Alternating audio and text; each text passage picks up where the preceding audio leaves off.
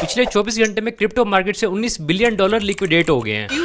क्या हुई? और ये क्रिप्टो की हिस्ट्री का सबसे बड़ा क्रैश है, क्योंकि इसमें 1.6 मिलियन ट्रेडर्स का पूरा बैलेंस जीरो हो गया है। और ये सारा नुकसान सिर्फ एक बंदे की एक स्टेटमेंट की वजह से हुआ है, और वो है ट्रम्प चाचा। इसने बोला कि भाई चाइना पे 100% एक्स्ट्रा टैरिफ लगेगा, जिसकी वजह से ग्लोबल टेंशन क्रिएट हुई है और जितने भी इन्वेस्टर्स उन्होंने अपना पैसा निकाल लिया है, जिसकी वजह से क्रिप्टो मार्केट और स्टॉक मार्केट क्रैश हो गई है। कुछ ही घंटों में बिटकॉइन $1,25,000 से $1,02,000 पे आ गया, यानी कि रिटेल ट्रेडर्स का तो कबाड़ा हो गया है। और यही सारी वजह है कि मैं पर्सनली क्रिप्टो को पसंद नहीं करता, क्योंकि इसमें अनसर्टेनिटी बहुत ही ज्यादा होती है। कोई भी एक इन्फ्लुएंशियल बंदा जैसे कि ट्रम्प हो गया, इलोन हो गया, इन्होंने कोई एक बात करनी और पूरी मार्केट ने इधर से उधर हो जाना है। अब इसकी निस्बत अगर हम फॉरेक्स मार्केट को देखें, फॉरेक्स में अक्सर मूव तब आता है जब यूएस का डाटा रिलीज होता है, और वो डाटा कब रिलीज होना है, कहां रिलीज होना है, ये हमें पहले से ही पता होता है, जिसकी वजह से फॉरेक्स करने वाला हर बंदा अपना रिस्क पहले ही मैनेज कर लेता है। अब बिटकॉइन क्रैश हो गया, इथेरियम क्रैश हो गया, पूरी स्टॉक मार्केट और क्रिप्टो मार्केट क्रैश हो गई, लेकिन गोल्ड पे इतना असर नहीं पड़ा। तो जो फ्रेश करने वाले लोग थे वो इस नुकसान से बच गए हैं। खैर जो भी हो, नुकसान तो नुकसान होता है, और इस नुकसान से आप कुछ बातें तो अपने दिमाग में बिठा लो। सबसे पहली बात तो हाई लेवरेज ट्रेडिंग बिल्कुल नहीं करनी। दूसरी बात यह कि बिना सीखे ट्रेडिंग नहीं करनी। तीसरी बात यह कि ट्रेडिंग में वही पैसे लगाने हैं जो तुम लूज कर सको। ऐसा बिल्कुल नहीं करना कि कुछ बेच के किसी से उधार लेके इसमें पैसे लगा दिए, वो तुम्हारे डूबने ही डूबने हैं। और सीखने के बाद अपने जो पैसे लगाओ उस पर स्टॉप लॉस लाजमी यूज करना है। और इस क्रैश में भी जिन्होंने स्टॉप लॉस यूज किया होगा वो लोग बच गए होंगे, जिनके ओपन होंगे वो सारे लिक्विडेट हो गए हैं। और जो लोग क्रिप्टो में आते हैं या आ रहे हैं उनको मेरी एक नसीहत है कि भाई ये शिट कॉइन से दूर रहो। ट्रेड अगर क्रिप्टो में करनी भी है तो सिर्फ बिटकॉइन या इथेरियम में करो। बाकी ये अल्ट कॉइन, मीम कॉइन, ये सारे बकवास हैं। एट द एंड आपका पैसा डूबता ही डूबता है। बाकी अगर आप में डिसिप्लिन है तो ही ट्रेड करें, क्योंकि ऐसे मूव्स में सिर्फ ट्रेडर ही सर्वाइव करते हैं, गैम्बलर्स डूब जाते हैं।